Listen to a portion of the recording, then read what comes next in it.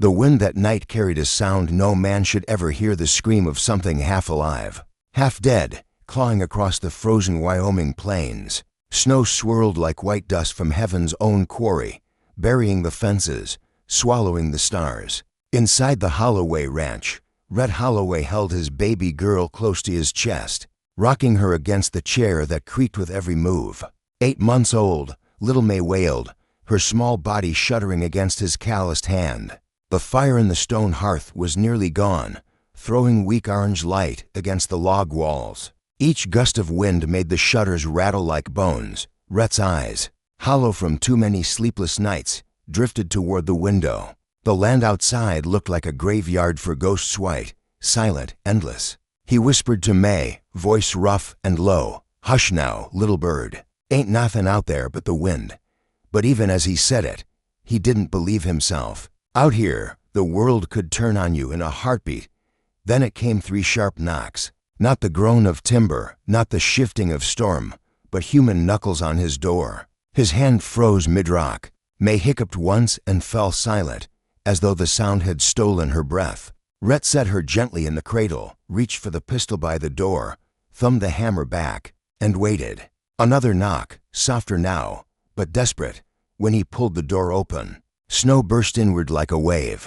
A woman stood there, her figure blurred by the storm's white fury. She was soaked through, dress torn, hair plastered to her face beneath a tattered shawl. Her lips trembled, but not from fear. She was past that. Only exhaustion held her upright. She clutched a small canvas sack against her chest like it carried the last of her soul. Her voice came out cracked, barely a whisper. "I can work," she said. "I don't want charity." Rhett studied her, the eyes rimmed red from wind and grief. The tremble in her jaw, the snow crusted in her lashes. Something in him twisted, but the other part, the cautious, wounded part, held firm. Too many drifters, too many liars, too many with stories that ended in regret. He had a baby to protect, and the world had already taken enough from him. He shifted his weight. Jaw tight. "Too many come knockin' with lies," he muttered. "Best keep movin'." And before her trembling hands could fall away from the sack, before she could speak again, he shut the door. The sound echoed through the cabin, final, cold, wrong. Rhett stood there, hands still on the handle, heart pounding. Outside, the wind rose again, howling like it was angry for her. Inside, May began to cry, louder now, almost as if she knew what her father had just done. Rhett's breath caught in his throat. For the first time that winter, the fire's glow looked too small for the size of his guilt. Red Holloway had once been the kind of man neighbors waved to across the prairie, the sort who fixed fences before the wind could take them, who sang to his horses while tightening a saddle strap. But fever had changed that. It came quiet one spring, took his wife by midsummer, and left nothing behind but silence and a child who cried through the nights. Since then, the Holloway ranch had gone to ruin. The fences sagged like old men's backs. The barn leaned toward the earth as if ready to give up. Even the wind seemed to mock him now, sneaking through every crack in the walls to whisper her name. The fire had burned low, shadows crawling up the walls. When his gaze fell on the rocking chair, her chair standing still beside the hearth, in that stillness, he felt the weight of what he'd done. Outside, snow swallowed the plains, and somewhere in that white emptiness lay a woman he had turned away. Rhett rubbed his temples, fighting the ache in his chest. He heard again her final words, soft and fading beneath the fever's breath. "Don't become stone when someone might need warmth." Cursing under his breath, he grabbed his coat and threw open the door. The cold bit deep, cutting like knives through his beard, but he pushed forward. The storm swallowed his shape as he stumbled through drifts, calling out. Then he saw her, a small mound near the fence line, half buried, motionless. For a heartbeat, he thought she was gone. But when he knelt and lifted her, her breath fluttered weakly against his collarbone. Rhett carried her back through the blizzard, boots crunching over frozen earth, the child's cries echoing faintly from the cabin ahead. When he crossed the threshold, the door slammed shut behind him, and for the first time in months, the house felt less like a tomb and more like a place still capable of life. When Willa Dorn opened her eyes, the world was warm for the first time in days. Firelight flickered over the log walls, turning frost to gold.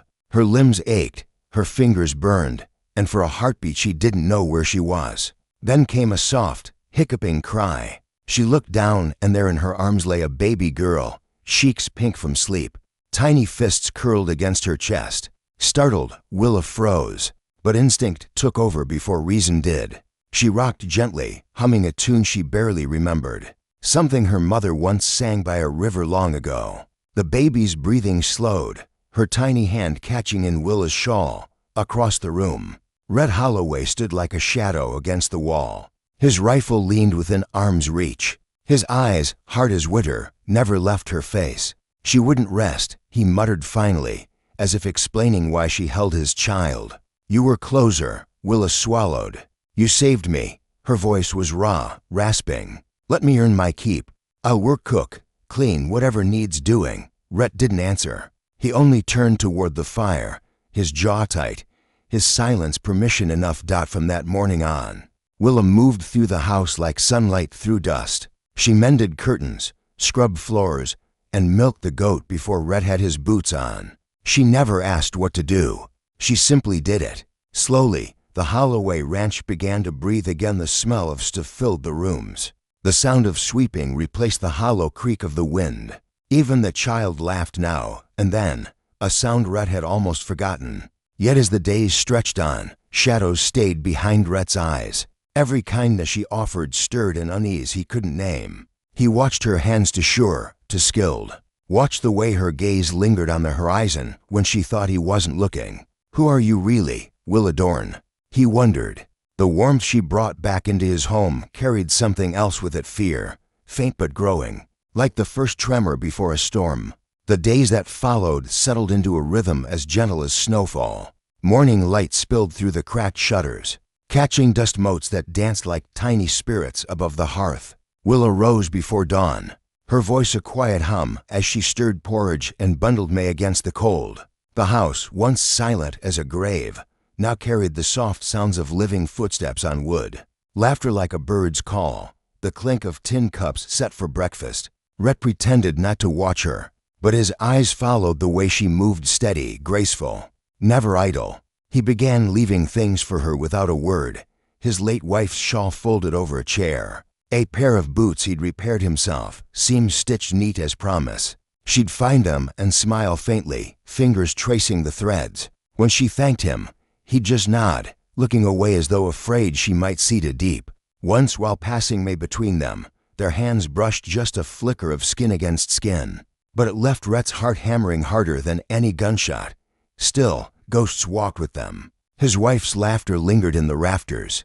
Her memory turned every kindness into guilt. And Willa, sometimes she'd stare into the fire too long, eyes distant, as if listening to something only she could hear. Yet together they built small pieces of peace, warm bread cooling on the windowsill, smoke curling from the chimney, a lullaby whispered into the evening wind. For the first time in years, Holloway Ranch felt alive again. But beneath that tender calm, something fragile stirred, a longing neither dared name, and a fear that if they did, it might vanish like breath in winter air. That night, the past came for Willa in her sleep. In her dream, snow turned to blood beneath her feet. Her sister's voice echoed a cry, a plea. Then silence, and the face of a man twisted in rage loomed above her. She woke gasping, the old terror clawing its way up from her chest. The fire had burned to embers, and the wind pressed against the windows like a living thing. She wrapped her arms around herself, trembling, trying to push the memory back into the dark. But some ghosts don't stay buried. Days later, when she rode into town for flour, the whispers began. Two women by the dry goods store murmured just loud enough. He took her in, astray. That ain't grief, that's shame. The words stung worse than frostbite.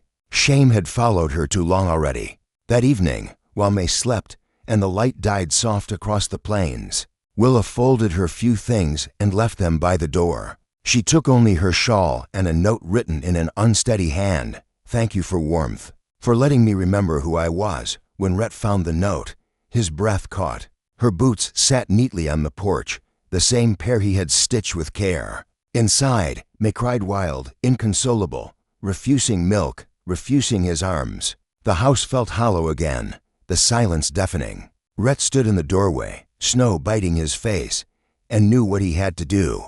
He saddled his horse and rode into the cold, chasing the one thing that had made the wind stop howling. The trail led north, through cottonwoods glazed with ice, until Rhett spotted the faint ribbon of smoke curling above the trees. His heart thudded hard as hooves broke through crusted snow. The cabin appeared out of the white small, half collapsed, a relic of some forgotten settler. Inside, the glow of fire painted a thin line beneath the door. Rhett dismounted, boots sinking deep, and stepped quietly inside. Willa lay curled by the hearth, shawl drawn tight, her face pale but peaceful in the firelight. She didn't startle when he spoke. Maybe she'd been expecting him. "You didn't bring trouble," he said softly. "I let you in 'cause this place got warm when you breathed." His voice cracked on the last word. From his coat pocket, he pulled a folded scrap of pale blue cloth, the last thing his wife had ever sewn. Stitches unfinished, thread still trailing like a heartbeat that had stopped mid-beat. He placed it beside her. "She meant it for a cradle quilt," he said. "Never finished. Maybe it's time it was." Willa's eyes filled, not with tears, but with something quieter understanding. She took the cloth, fingertips tracing the uneven stitches. Then she nodded once and rose. Together, they stepped out into the falling snow. The path home stretched long and silver before them, two sets of footprints side by side. Neither spoke, but both knew something had shifted, like the first warmth of spring beneath the ice. Neither guessed that winter still had one more storm to give them. The storm came down without mercy, rain that cut sideways, wind that screamed like a warning from God himself. The Holloway Valley vanished beneath black clouds, thunder rolling like the sound of hooves across the heavens. Rhett barely had time to bolt the shutters before a crash split the air.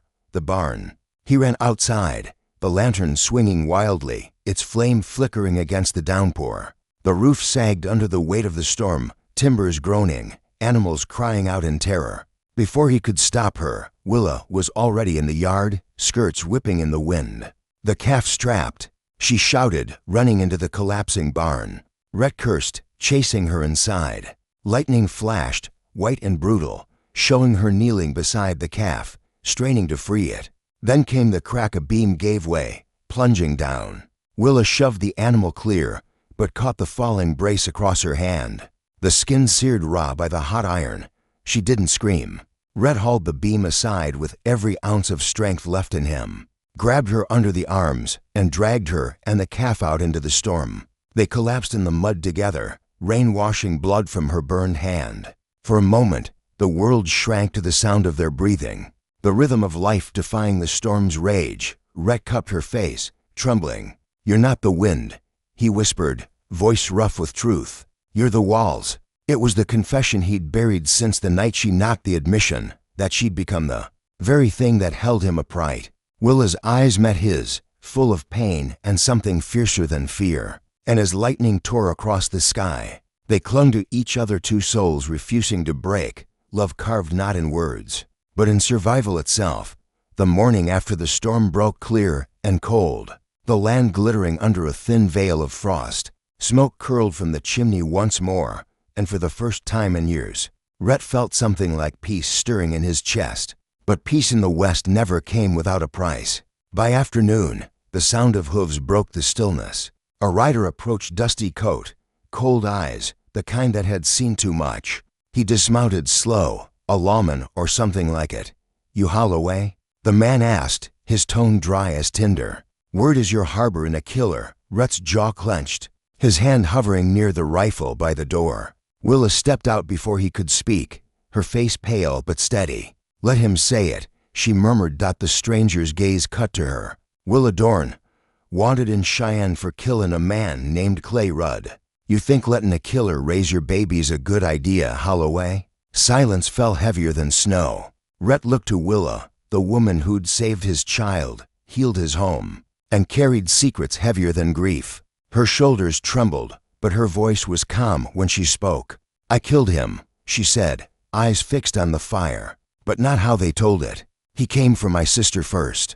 I pushed him off the bluff. They said I planned it." She turned to the mirror above the hearth, her reflection flickering like a ghost. "I've been running ever since, from the law, from God, from myself. Rhett stepped forward, slow, uncertain, and set something on the table beside her, a small, hand-carved wooden cross, the kind his wife used to wear on Sundays. "Broken ain't the same as bad," he said quietly, her breath caught, tears falling unchecked. In that moment, the house that once echoed with loss filled with something else, grace. Rhett didn't see a fugitive before him, only a woman who'd fought to survive a world that gave her no mercy. And for the first time, both knew they'd found what they'd been searching for, not innocence, but forgiveness. The blizzard returned without warning, howling through the valley like a beast unchained. In the distance came a faint, desperate cry, a child's voice swallowed by the storm. "Tommy!" someone shouted from town. Without a thought, Willa snatched her coat and ran into the white fury. Hours passed before Rhett found her near a burning shack, clutching the lost boy in her arms. Smoke curled around her as flames devoured the roof above. She'd broken the door, pulled him free, and given everything she had to keep him alive. Rhett carried them both home through snow and ash, his tears freezing before they fell. When judgment came in town, whispers rising like wind, Rhett stood before them all and dropped to one knee. "I didn't marry her," he said, voice steady, "but I gave her my roof, my child, my trust. That's more than most vows." The square went silent. Outside, the blizzard broke. Spring came gentle that year, soft as forgiveness.